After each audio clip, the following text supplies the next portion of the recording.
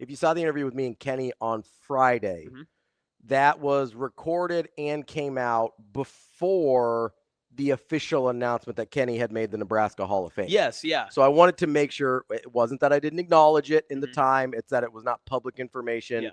Yeah. Kenny had told all of us, his dear friends and coworkers, that he had made it, but that was something that we kept to ourselves until the public announcement was made, so that Kenny could get his much-deserved flowers for that. So we will talk to Kenny at some point this week regarding making the Hall of Fame and everything like that. Could not happen to a nicer guy. Yeah. Like, so happy for him. And go back and watch that interview too, because if it's been a while for you, like revisiting the Pelini era or like that group of players, that is my generation of Huskers. Like those are my guys. And he like, was very honest. He was great. I mean, he was phenomenal. And he talked about on both sides of the spectrum too. He even said, he was like, listen, there were some times that like we were so bought in as a locker room that we agreed to everything that we were saying. But now he even talked about it. He's like, now you look back and you're like, oh man. Yeah, you get some distance. Did we handle that right? Yeah. Like, were we just like you get some mesmerized by how the coaching staff wanted it to look? You get some distance from it and you kind of realize like, okay, maybe the way I thought and was told the thought as a 20-year-old doesn't make sense as much now. But, those guys, go back and listen to the interview with Kenny from Friday, because it really was, honestly, I think some of the most interesting in-depth stuff we've heard on the Pelini era, maybe ever. Like, he was very open and honest about kind of how things went there and how it went compared to some of the other eras that he's watched kind of transpire since then. So really good stuff from Kenny. But we'll talk to him later this week, maybe tomorrow. I'm trying to nail it down with him, what works for his schedule. But we'll talk to him this week about making the Nebraska Football Hall of Fame and things like that.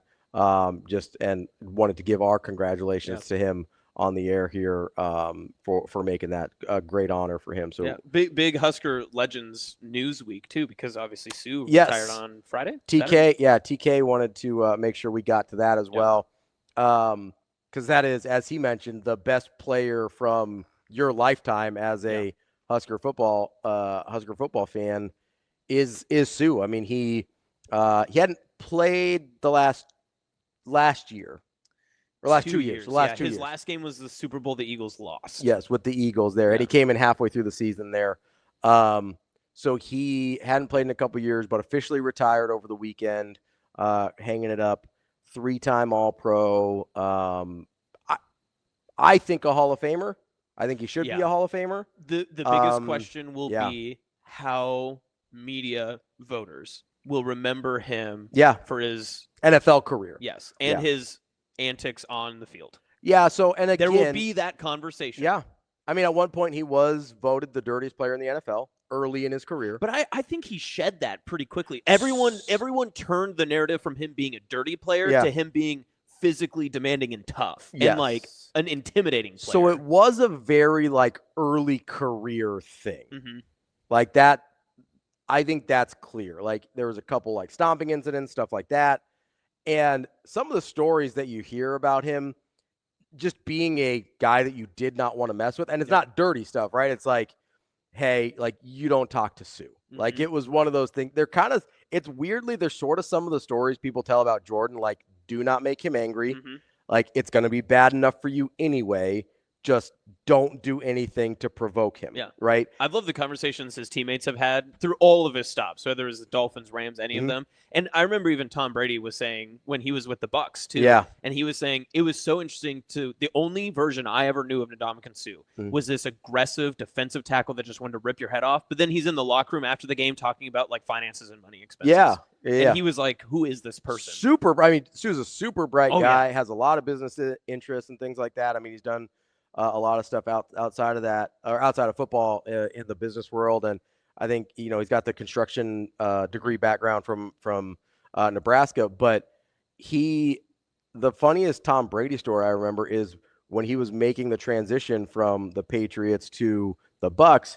He used to tell this story about how he'd kind of talk to some of the defensive linemen to try and like soften him up a little bit, and maybe they wouldn't hit him quite as hard. I don't know if it worked or not, but he obviously felt there was merit to it. Be like, oh man, you got me on that one, big guy, stuff like that. And he's like, the only guy that never like cracked a smile or even like acknowledged me was Suh. that dude would just hit me as hard as he could. I felt like I died. He'd get up, kind of growl at me or something, go back to the line of scrimmage. Like, never even acknowledge that I'd said anything. Yeah. And Suh's Nebraska legacy is like unparalleled, unprecedented, right? Oh, yeah. But I mean, I thought one of the biggest things that he did with Nebraska that was completely unintentional, it was out of his control, was the amount of Lions fans that he created by him going 100%. Just being drafted by that team. And some of those like still linger today, which I find just like completely amazing. Yeah. For the fact that he didn't end up a Lion, he wasn't a career Lion. Like, I think that was his longest stop. It was, though. Yeah. Yes, it was, and probably maybe his most memorable for everything that happened beforehand and all that other stuff. He had his most sacks there, I think, scheme wise. Right, it kind of lent itself to that. But then, like, just that him being drafted, and as we've said before, and I know we agree that Nebraska football fans aren't generally like other sport fans. They are just in most of it is just pro. Not to the same degree, right? Yes. Like they might like other stuff, but like they are most dialed in on Nebraska. Their sports realm revolves around one place, and it's that. For them to then latch on and be like, well, I'm going to cheer for the Lions. And just, again, the Lions during that tenure were not exactly that great. They had 2 playoff seasons when he was there. Yep. That's incredible for him to be able to take a portion of this rabid fan base of football fans that could really only care about what they do, and they'll celebrate your successes somewhere else if they see it. But then to actively have them follow you and to join your allegiances somewhere else, that is incredible to me. I will say, Travis brings it up because his wife and him, Sue's wife and him are very funny on social media as well. He called Will Compton kid yesterday. No, I didn't. Because Comp like tweeted something out and be like, "Oh, congrats, big man!" Did his usual shtick thing, and Sue tweeted him like 2 days later. He goes, "Hey, appreciate it, kid." I don't know if there's like a bigger departure from like an on-field personality to like his social media personality. Like that dude is like genuinely pretty goofy on social media. I'd actually really love to hear him in the booth. Oh, that might be interesting. I don't know how much he talks. Like, he may not talk quite enough.